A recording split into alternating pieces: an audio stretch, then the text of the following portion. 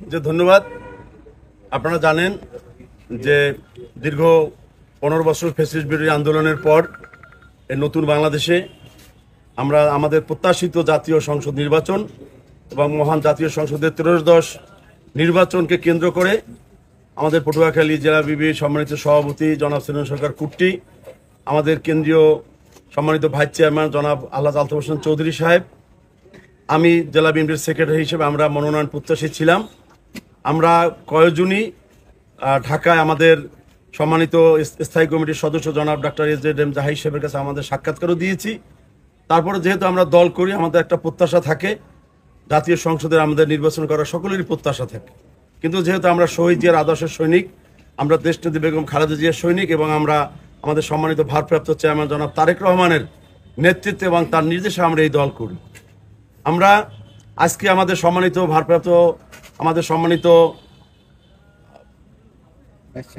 মহাসচিব মহোদয় জনাব মির্জা ফখরুল ইসলাম আলমগীর, উনি আপনারা জেনেছেন যে উনি 237টা আসনে উনি প্রার্থীর নাম ঘোষণা করেছেন। সেখানে পটুয়াখালী 1 আসনে সাবেক এমপি সাবেক মন্ত্রী জনাব Alhaj air vice marshal Altaf Hossain Chowdhury সাহেব এবং পটুয়াখালী 4 আসনে আমাদের কেন্দ্রীয় প্রশিক্ষণ বিষয়ক সম্পাদক জনাব এম.এ. মোশাররফ হোসেনকে উনি পদপ্রার্থী হিসেবে ঘোষণা করেছেন দল থেকে। এবং আমি দলের সেক্রেটারি হিসেবে আমি আমাদের সম্মানিত ভারপ্রাপ্ত চেয়ারম্যান মহোদয়ের নির্দেশে সম্মানিত মহাসচিব মহোদয় যাদেরকে ইতিমধ্যে প্রার্থী হিসেবে ঘোষণা করেছেন, আমরা তাদেরকে সাধুবাদ জানাই এবং আমরা তাদেরকে কৃতজ্ঞতা জানাই যেহেতু আমাদের মাঝে প্রার্থী দিয়েছেন।